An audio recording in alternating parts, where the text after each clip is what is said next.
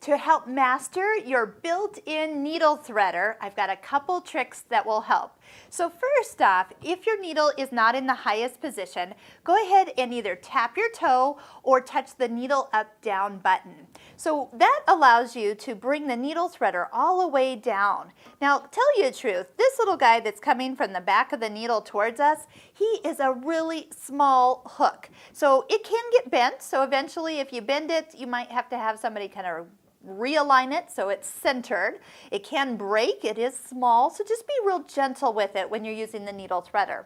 The other little tip I have for you is if you lower the presser foot, you have a little bit more room, plus the thread is tighter because the tension discs have closed on the thread and it's much more, it's not going to pull through as you're trying to use the needle threader. Next, you're going to need to do this in 3 separate steps. First step, bring the needle threader partially down and hook the thread under that little hook here on the left side. Next, bring it all the way down and rotate it till it comes around the needle eye.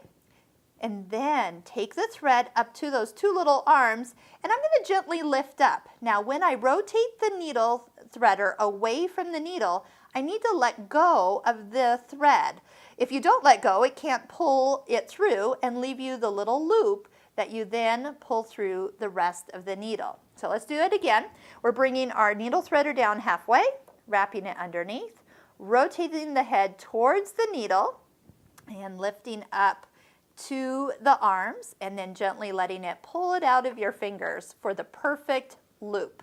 Now the other thing is that if you have just put a new needle in, maybe you put it up, if the needle is not at the highest position in here, meaning when you tighten that screw, the needle threader will not line up as well. So if those two are not even close, maybe double check that you've got that needle as high up into that shaft area as it's supposed to go, then the needle threader will line up with the hole.